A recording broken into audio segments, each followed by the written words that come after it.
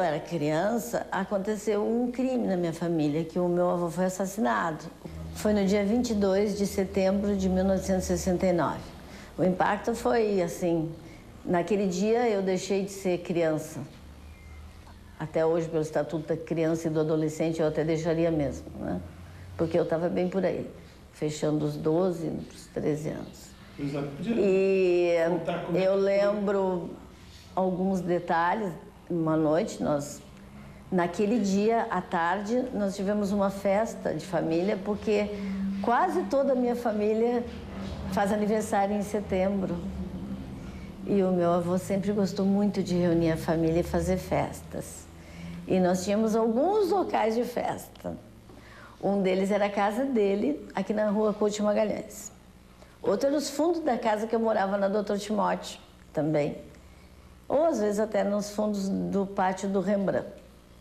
Nesse dia, 22 de setembro de 69, a festa foi na Couto de Magalhães.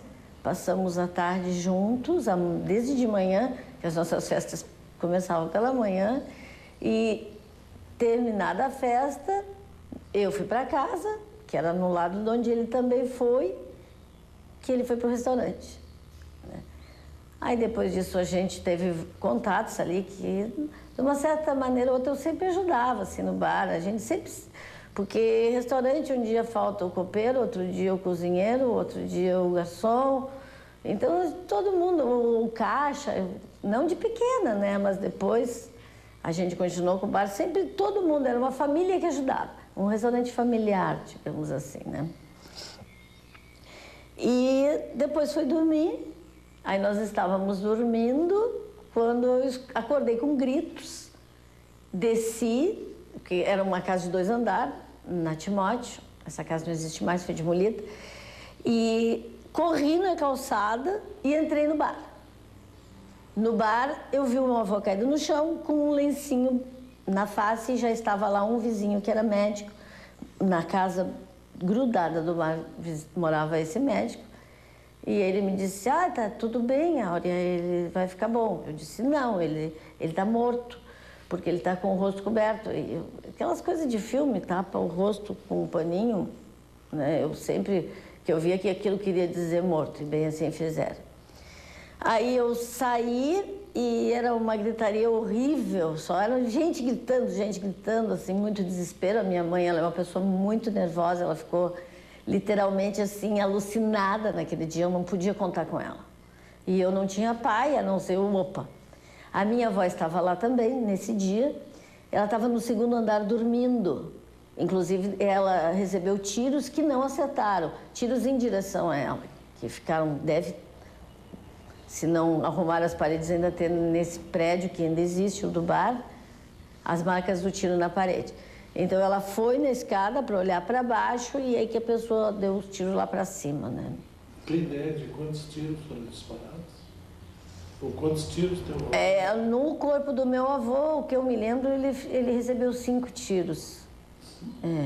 5 tiros, para matar, não ficar dúvida, né?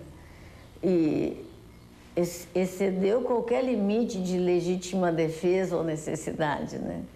E em direção à minha avó, havia uma marca de 2 tiros na parede. Mas eram 2 pessoas atirando. Eram 2 pessoas atirando. Aí depois eu posso contar isso, mas antes, na sequência dos fatos, naquele dia eu vi, daí começou a dar muito tumulto na calçada, muitas pessoas, e havia um táxi parado na frente. Nós não tínhamos telefone, quase não existia telefone celular, né? E o telefone em casa, pouquíssimas pessoas tinham. A casa da minha avó tinha telefone, mas no bar a gente não tinha, nem na minha casa, nem o meu tio. Aí me deu a ideia, assim, que eu tinha que buscar ajuda de um homem, porque eu estava procurando uma ajuda, porque eu tinha ali a minha mãe e a minha avó da família, mas não estava adiantando. E o meu irmão, eu tinha um irmão 2 anos mais velho que eu, mas também nós não tínhamos como resolver nada, né? Aí eu pedi para esse táxi me levar na casa de um tio, irmão da minha mãe, e ele me levou, e eu consegui achar. Ele morava no lado da Sojipa, aqui numa ruazinha bem grudada da Sojipa. Chegando lá, acordei o edifício inteiro, né? E daí o meu tio veio comigo e assumiu aí lá tudo depois. E que teve até uma questão assim, que eu lembro bem de um emplasto poroso, que é uma coisa que se usa assim para machucados, para contusões, né?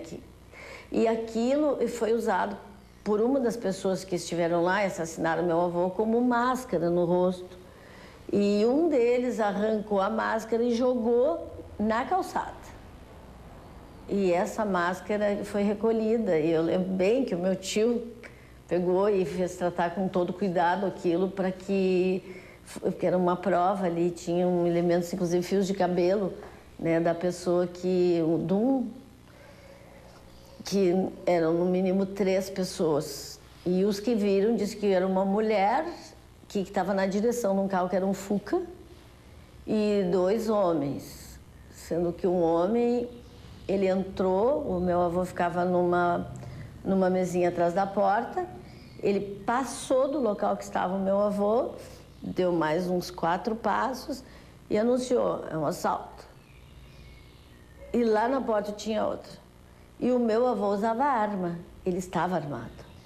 Quando ele tinha um fundo falso nessa mesinha que ele sempre ficava, era uma madeirinha embaixo, aí pegou a arma, aquele que estava lá, o meu avô estava atrás da porta. E tinha um outro aqui que estava cuidando do meu avô, que o meu avô não viu. Aí quando ele disse assim, eu tenho um bombom aqui para ti. Aí esse aqui atirou no meu avô. E o outro voltou atirando também. Por isso que foram 5 tiros. Não foi a mesma pessoa que deu 5 tiros. As 2 armas. Eu digo isso porque havia muitas pessoas no local. Em torno de 11 pessoas, entre clientes e garçom, o nosso caixa. E todos, assim, na época, falaram a mesma coisa.